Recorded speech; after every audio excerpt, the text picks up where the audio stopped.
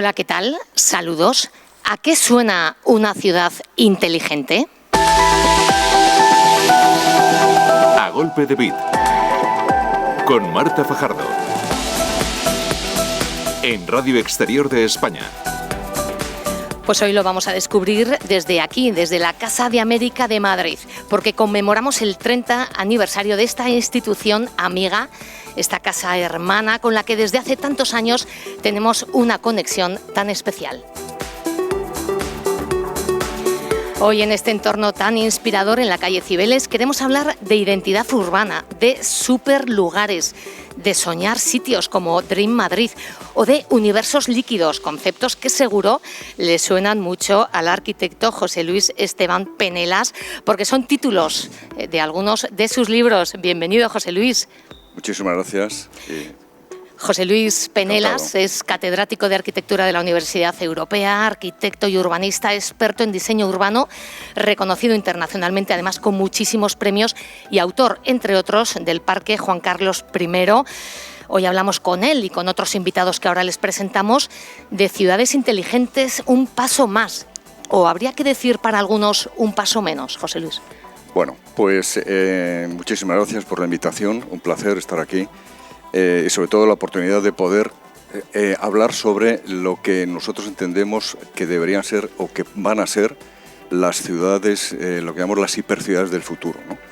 Efectivamente, nosotros hay que entender que vamos a vivir, de hecho estamos viendo un cambio de paradigma muy potente, ¿no? Lo que nosotros llamamos la superlugarización, es decir, los superlugares, es decir, entender que las ciudades ya no se mueven como antes con el concepto de lugar, porque cambian tan rápidamente que todo se transforma y no es capaz de retener la memoria, con lo cual proponemos ciudades diseñadas desde la emoción, lo que llamamos las megaciudades, lo que este concepto que trabajamos en nuestro grupo de investigación AirLab de la Universidad Europea, donde planteamos lo que se llama el concepto de ciudad líquida fluida. Lo digamos. Ciudad líquida, fluida y Sí. emoción. Sin duda vamos a hablar mucho Sí. de emociones. También nos acompaña en esta mesa de trabajo Miguel López de Silanes. Bien hallado, Miguel. Buenos días, muchas gracias por la invitación. Miguel es consejero de Guédez, director de Fox Family Office Exchange, y tiene experiencia en inversión en soluciones de Smart Cities en Chile. Miguel, tiene todo el sentido invertir en Smart Cities, supongo. Sin duda, ambas redes mencionadas están muy enfocadas también en los temas de inversión, en ayudar a diferentes grupos y familias globales con los temas de inversión. Y una de las grandes temáticas que interesa en los últimos años es Smart Cities, ¿no? En primer lugar, como dice José Luis, estamos viviendo una concentración mayor del PIB y de la población en ciudades, ¿no? Por ejemplo, en 2100 el 90% del PIB mundial y el 90% de la población van a estar centrados en ciudades, ¿no? 25 ciudades van a tener más de 50 millones de habitantes. Esto es tan difícil de gestionar que solo se puede hacer a través de convertir estas ciudades en ciudades inteligentes, ¿no? También, por otro lado, estamos viendo una gran oleada de descentralización, ¿no? A nivel global. La gobernanza global estamos viendo que funciona mucho mejor con unidades más pequeñas, descentralizadas. Entonces las ciudades juegan un rol muy, muy, muy importante. Desde esa perspectiva, efectivamente, estamos en varias ciudades inteligentes a través de inversiones en proyectos y demás, concretamente en software para gestión de ciudades y para relación con el ciudadano. Bien, vamos a presentar a nuestro tercer invitado, que es Emilio Romero. Bien hallado, Emilio. Hola, ¿qué tal? Muchas gracias por traernos. Emilio es consejero delegado de Cloud Sherpa, que pertenece al grupo Syntonize. Emilio, la nube tiene un papel principal en estas Smart Cities. Por supuesto. A mí me gusta mucho siempre preguntar a la gente qué entiende por la nube, y normalmente la gente cree que es un lugar o algo etéreo, y no. O sea, la nube deberíamos entenderla más bien como las comunicaciones o las capacidades que tenemos de que podamos comunicarnos a mayor velocidad y de forma segura, cosa que antes no era tan sencillo, ¿no? Redes del 4G, el 5G o lo que esté por venir, o incluso las fibras ópticas, ¿no? Y utilizar que una Smart City tiene que ser conectada, casi como segundo apellido, ¿no? Una ciudad será inteligente siempre y cuando esté conectada. Con lo cual las nubes juegan el papel trascendental para que estas ciudades pasen a ser las ciudades inteligentes, realmente. Pues ya estamos poniendo muchos conceptos sobre la mesa: seguridad, conectividad. En el control técnico nos acompañan muy atentos Luis Pendón y Juan Misanz. En la producción, enorme como siempre, Silvia Rubio. Les habla Marta Fajardo. Hola, ¿qué tal? Muy buenas tardes. Saludos desde Temuco, Chile. Mi nombre es Jordan y siempre los escucho.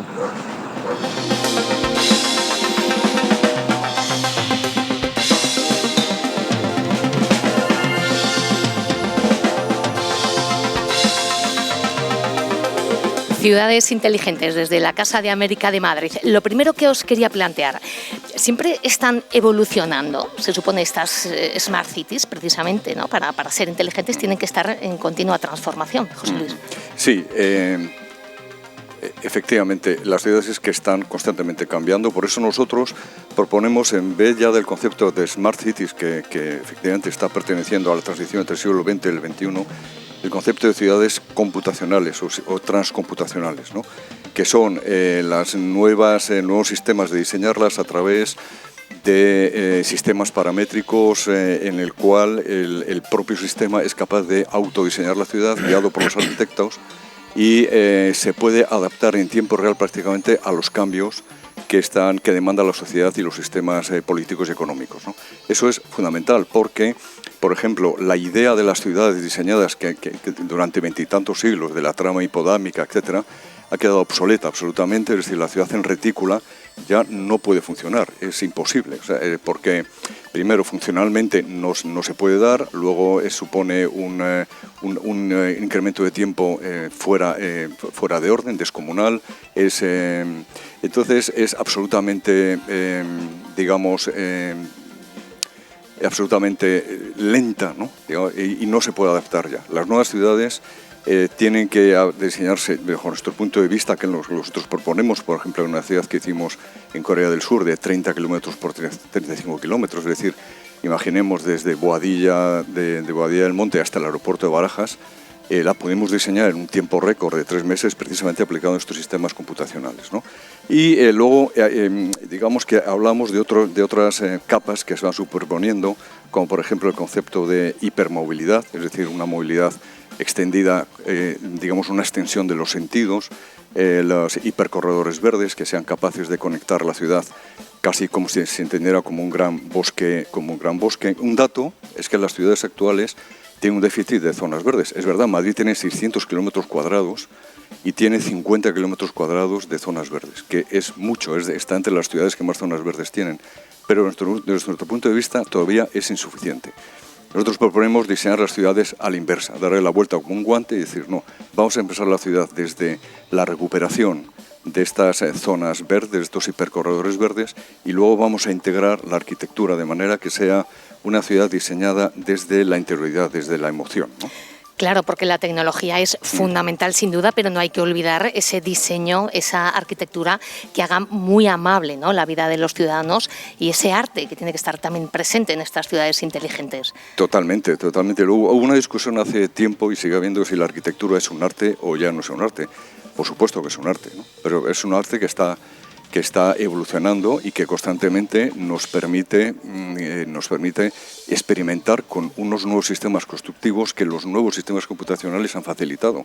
Es decir, hace prácticamente 40 años, y nosotros, abro un paréntesis, estamos en contra del diseño de la arquitectura del movimiento moderno porque aportó muchas cosas, pero claro, es del siglo XX, y cerramos el paréntesis. Nosotros lo que proponemos es un nuevo sistema de pensamiento para estas ciudades, mucho más basado en disciplinas transversales, con la filosofía, la antropología de lo social, por ejemplo, las matemáticas, los ingenieros, los artistas, etcétera, ¿no? Miguel, Emilio, ¿cómo lo veis? ¿Habría que adaptar el concepto de Smart City según las características de cada ciudad? Por supuesto, todas las ciudades tienen los mismos problemas, pero también diferente urgencia de los diferentes problemas. En América Latina o países emergentes, pues es muy importante, por ejemplo, cuidar el tema de gestión de catástrofes, ¿no? lo que nos lleva también al término de ciudades resilientes, que es un término hacia el cual, un concepto hacia el cual también están evolucionando las Smart Cities. Se habla mucho de ciudades resilientes porque son ciudades que son capaces de integrar todos los servicios, toda la información, todo el Big Data para gestionar de forma integrada y holística, por ejemplo, el agua, el tráfico, las catástrofes, como hemos hablado. Particularmente en mi experiencia lo he vivido en Chile, donde viví 15 años, pues la gestión de un terremoto, la gestión de un maremoto, cómo lo haces a nivel de ciudad, ¿no? ¿Qué sistemas redundantes puedes crear de luz, de transporte, de agua, etcétera? Ciudades flexibles, las ciudades resilientes son flexibles, las ciudades resilientes son también inclusivas, ¿no? Entonces, a mi juicio, las ciudades inteligentes están evolucionando hacia este concepto de ciudades resilientes, como digo, un término que está cada vez más en boga. Hay un grupo de trabajo de la ONU, otro grupo apoyado por la Rockefeller Foundation, y es un tema en el cual están trabajando todas las ciudades y interesa al mercado, ¿no? que eso funcione. Un concepto interesante, ciudades resilientes. Emilio, ¿estás de acuerdo? Sí, la verdad es que pensar en simplemente copiar lo que hacen los otros está bien, hay que mirarse en esos espejos, pero hay que pensar, ¿no? Lo está bien contando tanto José Luis como Miguel. Los mayores retos es una estrategia adecuada, tener una estrategia a largo plazo. Normalmente las ciudades inteligentes suelen caer en las malas praxis o la mala práctica, por utilizar el término español, de montar algo a corto plazo que tenga visualmente sea muy atractivo, pero que realmente no venga a cubrir la necesidad de esa ciudad concreta, ¿no? Entonces, si nos pensamos en esos retos que una ciudad tiene que plantear, lo primero es que debería hacer una estrategia a largo plazo. Obviamente debería tener financiación, que no es común aportarla, y basarse en esas infraestructuras de base que permitan que a largo plazo la ciudad pueda virar con esa resiliencia que comentábamos o con esas modificaciones que la tecnología constantemente nos está poniendo encima de la mesa. Hay que estar preparados para ser ágiles cuando la tecnología o las necesidades de los ciudadanos demanden una u otra cosa. A veces se nos llena la boca hablando del 6G, del blockchain, del IoT, Internet de las cosas, pero supongo que una ciudad con tráfico no puede ser inteligente. Bueno, mira, esa es una pregunta súper pertinente porque sí que puede ser, y es más, yo me atrevería a decir que debe ser inteligente. ¿Por qué? Porque yo creo proponemos, ¿no? Lo que proponemos es que digamos el tráfico, la movilidad, por eso el concepto de hipermovilidad no sea limitado solamente al concepto de los peatones y de las bicicletas, patinetes, etcétera, sino que sea una supermovilidad amable, es decir, que entendamos que los medios de transporte también son una prolongación, casi una especie como de ciudad amable cyborg, ¿no? O cyborg, ¿no? Donde realmente se integre todo en un sistema fluido. Por eso los sistemas, lo que nosotros llamamos los espacios públicos interconectados, a través de estos sistemas computacionales o de los sistemas IoT, ¿no? Pueden, digamos, hacer que eso se coordine. Hay otro nuevo concepto último que se está manejando, que es la movilidad robótica, por ejemplo, ¿no? Yo creo que siempre lo digo a mis alumnos, si lo puedes soñar, lo puedes hacer, ¿no? Y hay que adelantarse al futuro, ¿no? Ahora estamos nosotros trabajando en un proyecto de investigación de la Unión Europea que nos han concedido para trabajar en la nueva ruta de la seda desde China hasta la península ibérica, que luego toma Madrid como el hub para conectar con Latinoamérica, donde estamos trabajando en estos nuevos sistemas de concepción de una ciudad a escala planetaria, ¿no? Y esto necesita precisamente estos nuevos sistemas de pensamiento. ¿Y hasta qué punto creéis que la ciudadanía puede co-crear en estas ciudades inteligentes, o a veces se da todo demasiado hecho, un poco impuesto, diría? Sí, la verdad es que, mira, me gustaría introducir aquí un concepto que es la seguridad de los datos o la seguridad de la información, ¿no? Es curioso que a veces no nos damos cuenta, pero la ciberseguridad en este caso debería preocuparnos más de lo que nos preocupa. Parece que en nuestra casa cerramos la llave con una vuelta y a veces, por desgracia, tenemos que poner una alarma, pero luego en Internet ponemos la misma contraseña para acceder a la guardería que para nuestro correo electrónico, que para el banco o similar, ¿no? Pensemos en un ejemplo de ciudad conectada. A nosotros nos sería muy interesante que supieran las ciudades a qué hora mi cubo de la basura se llena, porque analizaran los patrones de comportamiento de cuándo tiramos la basura. Todos tendríamos, incluso aceptaríamos que nos cogieran esa información y hasta lo respetaríamos y diríamos, genial, pues así el cubo de la basura pasa cuando está lleno, a una hora concreta, y mirar qué bien, pues esto, cogerme este dato sin ningún tipo de importancia, ¿no? Pero claro, los malos están rastreando eso. Si ya te digo que realmente los malos averiguan cuando yo abandono mi casa 5 o 10 minutos para ir tirada a la basura, eso ya no nos gusta tanto. O incluso cuando baja mi hijo menor desamparado a la calle a tirar la basura, eso tampoco nos gusta, ¿verdad? Pues los datos tienen que fluir, pero los datos tienen que fluir de forma segura. Y deberíamos tener la misma precaución en transmitir datos, pero transmitirlos de forma segura. Para mí es capital para estas ciudades conectadas, como decía, ciudades inteligentes conectadas. Es decir, está claro que la ciberseguridad va a jugar un papel muy relevante. Miguel. Sin duda. Es un tema clave, ¿no? Y todos conocemos historias de gobiernos o de empresas que hacen mal uso de esos datos, ¿no? A los cuales se refería Emilio, sea para control de la población o para manipular a la población. Entonces hay dos medidas clave, efectivamente. Todas las leyes de protección de los derechos de los ciudadanos. Ahí Europa, por suerte, está a la cabeza, pero también iniciativas del sector privado. El sector privado es clave para el progreso de las Smart Cities, puesto que los gobiernos sufren de falta de fondos. Entonces, necesariamente se tiene que trabajar a cuatro partes, ¿no? Los gobiernos, los ayuntamientos, el sector privado y la ciudadanía, ¿no? La pregunta anterior era sobre en qué medida los ciudadanos deben estar involucrados. Pues evidentemente que sí, ¿no? Deben ser el centro de estas Smart Cities. Las Smart Cities, yo siempre digo, tratan más de cities que de smart, ¿no? Nunca lo olvidemos. Pero, ¿por qué mencionaba el sector privado? Porque hay mucha discusión a nivel global sobre diferentes propuestas como una mini constitución de derechos digitales. Habréis escuchado el nuevo pacto digital ético liderado por Telefónica, en el cual se va a clarificar mucho los derechos de los ciudadanos, ¿no? A gestionar sus datos, a la propiedad de sus datos a través de un wallet y a generar confianza de que estén protegidos y sean confidenciales, como decía Emilio, absolutamente clave. Es clave. Y están claros también los retos que hay que ir construyendo, que hay que ir abarcando. Por ejemplo, hablabais de esa gestión del agua, ahora con toda la sequía que estamos padeciendo, vital, esa eficiencia energética.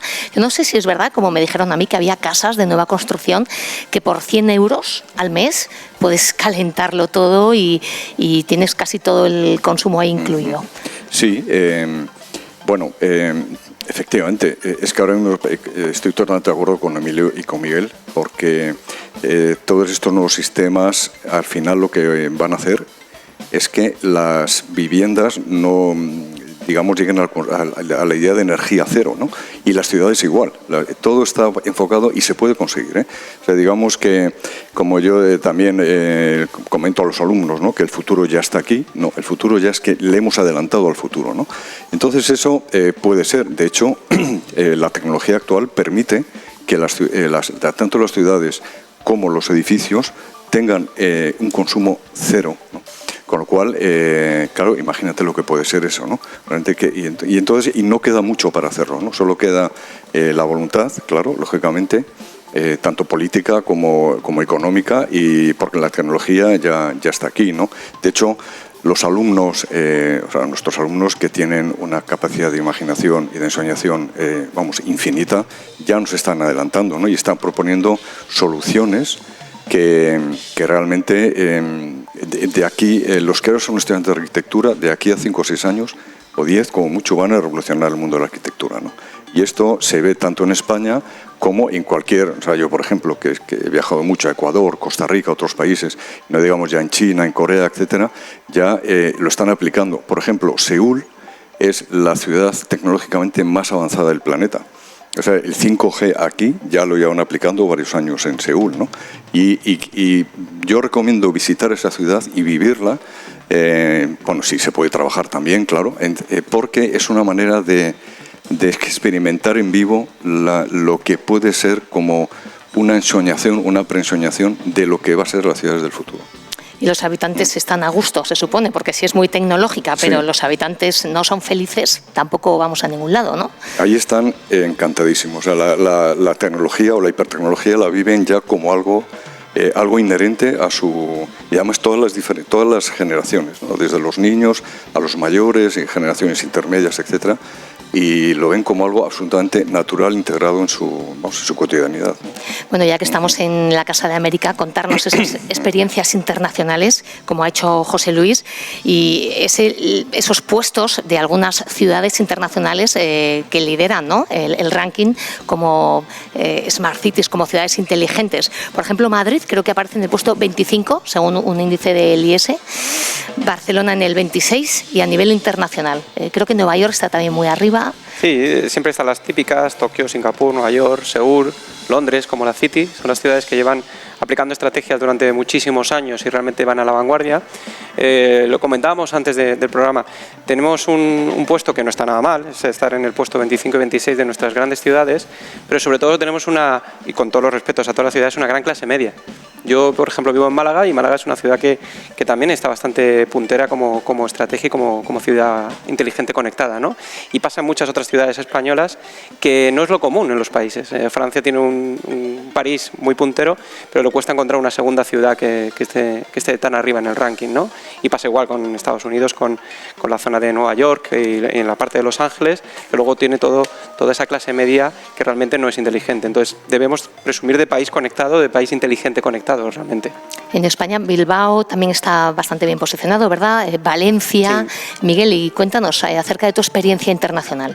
Yo creo que con independencia de en qué lugar aparezcas del ranking, que siempre está bien liderar, lo importante es la evolución, ¿no? Que se den pasos positivos. Conozco más el caso de América Latina por razones profesionales y se han hecho avances extraordinarios en América Latina, sobre todo de nuevo ligado a catástrofes naturales como los terremotos en Centroamérica, en México, en Chile. El maremoto en Concepción hizo que se pues rediseñara todo el sistema de gestión de emergencias en muchas ciudades, etcétera, y ha habido muchos progresos, ¿no? Diría que la gran asignatura pendiente en América Latina y en las ciudades españolas es la inclusividad, ¿no? El gran problema de la humanidad, uno de los grandes problemas, es esa brecha de ingresos que también llega a ser una brecha digital. Entonces, para que una ciudad sea verdaderamente smart, tiene que ser inclusiva. Para que una ciudad sea resiliente, tiene que ser inclusiva. No puede haber 5 ciudades dentro de Madrid o dentro de Bilbao. Tiene que ser una ciudad integrada, donde los ciudadanos no hagan su vida en un vecindario o en un barrio concreto, sino que sea una ciudad integradora, para lo cual hace falta, pues, desde infraestructuras hasta programas de gestión de esa brecha digital, ¿no? De alfabetización digital. Hay que trabajar mucho en la parte de las personas también. Por eso, volviendo al tema de poner a las personas en el centro de las ciudades, ¿no? Y se habla mucho ahora de human smart cities, ¿no? Ciudades inteligentes humanas, de dimensión humana. Sin duda, José Luis. Vital, sí, tener a las personas en el centro, por mucha tecnología que haya alrededor, ¿no? Totalmente. Nosotros, es que la idea de... No, totalmente de acuerdo con Emilio y con Miguel, ¿no? Ahora mismo las ciudades no serían nada, evidentemente, sin los ciudadanos, ¿no? Sin los seres humanos. Es que es algo tan evidente que se ha ido olvidando, ¿no? Por ejemplo, el movimiento moderno de arquitectura, que vino con motivo de la pandemia de hace un siglo, como todos sabemos, ¿no? Dio lugar al movimiento moderno para hacer espacios higienistas, grandes ventanales, edificios ventilados, edificios pintados de blanco, etcétera, ¿no? Precisamente para vencer toda aquella pandemia tan tremenda. Y ahora lo que aquí va a hacer falta es una nueva reactivación. O sea, se está generando una nueva, digamos, revolución del sistema de concepción de las ciudades, y es cierto que al final lo que nos va a ocurrir es que de aquí a muy pocos años vamos a ver cómo van surgiendo nuevas ciudades. Por ejemplo, en la nueva ruta de la seda, China está construyendo 300 nuevas ciudades, ¿no? Esa es la escala en la cual vamos a pensar, pero lo que es fundamental es que el ser humano sea el centro de estas ciudades y se diseñe desde la interioridad, que es el concepto de José Luis Pardo, del filósofo, y desde el entendimiento que las ciudades tienen unos nuevos sistemas y unos nuevos espacios que hay que generar y que hay que inventar y que son absolutamente distintos a los que ha habido en la arquitectura ya fenecida del siglo XX. Claro, estamos hablando mucho de ciudades, lógicamente, pero ¿y qué pasa con el campo, con esos pueblos? ¿Van a ser abandonados o esperanzados, como a algunos les gusta decir, la España esperanzada? ¿Qué va a pasar con ellos? Yo creo que va a haber una revitalización, ya lo estamos viendo. Hay muchos casos de éxito de pueblos, de zonas rurales que son capaces de atraer inversión con programas innovadores. La tecnología permite trabajar desde cualquier lado del planeta. Mientras hay una infraestructura sanitaria, hospitalaria y de educación, las familias casi siempre van a preferir, para criar a sus hijos o para desarrollarse en el largo plazo, un entorno más abierto, más sano, como puede ser el entorno rural. Entonces yo creo que España ahí tiene una ventaja competitiva. Toda esa España que hemos llamado vacía es una fuente extraordinaria de riqueza para atraer talento y para generar proyectos. O sea, no va a haber una mayor brecha entre las ciudades tan inteligentes y los pueblos rurales. La verdad es que no quiero decir que el COVID ha traído nada bueno, porque no podemos decir eso como frase titular, ¿no? Pero si nos cogiéramos a una de las cosas que ha traído y que posteriormente se ha convertido en bueno, lo comentaba Miguel, es esto del teletrabajo, ¿no? Cada vez hay más nómadas digitales y nos hemos dado cuenta que podemos trabajar desde cualquier lugar, y ese cualquier lugar puede ser mi pueblo de toda la vida, que es un sitio donde estoy mucho más a gusto, porque el aire es más puro, porque disfruto mucho más del campo, y esas zonas rurales se están habitando con gente que no necesariamente van allí a trabajar el campo, sino que a lo mejor son grandes directivos de compañías. En mi caso, en el sector tecnológico, en mi propia empresa tenemos gente que teletrabaja que han vuelto a sus ciudades, que han vuelto a sus pueblos y no necesariamente están concentrados en Madrid, ¿no? Entonces, volviendo un poco a lo que yo comentaba al principio, la conectividad es vital. Y en eso también tenemos un gran país. Tenemos un país que a nivel español está bastante bien conectado en cualquier modo. Hay muchos planes de cualquier ciudad y cualquier medio rural tenga conectividad. Y creo que lo había comentado José Luis, somos un hub o un conector mundial. Hay más de 500 fibras oceánicas por donde pasa el 99% del tráfico. Y, por ejemplo, con Latinoamérica, más del 80% de las fibras son de España a Latinoamérica. Igual que en el siglo XV éramos un puerto estratégico por la ubicación geográfica que teníamos, seguimos teniendo esa gran ubicación geográfica y se ha aprovechado para que por España pasen realmente todas esas fibras oceánicas o gran parte de esas fibras oceánicas y nos den la conectividad con Latinoamérica y al resto del mundo a través de nosotros. Y eso hay que aprovecharlo. Sí, yo al hilo de lo que estáis comentando, que me parece fantástico, pertinente, hay efectivamente se ha producido una deslocalización del concepto de lugar, porque hasta ahora el lugar físico, que era digamos el lugar donde los ámbitos donde uno se reunía con el resto, ha sido sustituido por el lugar ontológico, es decir, el consustancial del ser humano. Esto quiere decir que las ciudades cambian a tal velocidad que entonces ya, como decía antes, no se pueden recordar. Entonces, ¿qué ocurre? Que entonces aparece, digamos, de alguna manera extraordinaria este nuevo sistema de deslocalización a través de los medios interpuestos, ¿no? La última teoría en urbanismo que existe a nivel mundial es digamos que la densidad es sostenible. Las ciudades, cuanto más compactas y más densas, se van a reducir los sistemas de comunicación, va a haber menos agresividad hacia el medio rural, ¿no? Y es donde se va a volver de nuevo a ver esa conexión rural-arquitectónica. Pues se han puesto sobre la mesa muchísimos conceptos relevantes, sugerentes, inspiradores, y como decía José Luis, nos hemos adelantado al futuro. No hay tiempo para más, una pena, porque daría para otro programa. Muchísimas gracias a los tres por haber estado con nosotros aquí en A Golpe de Beat. Muchísimas gracias. Muchísimas gracias. Un placer. Muchas gracias.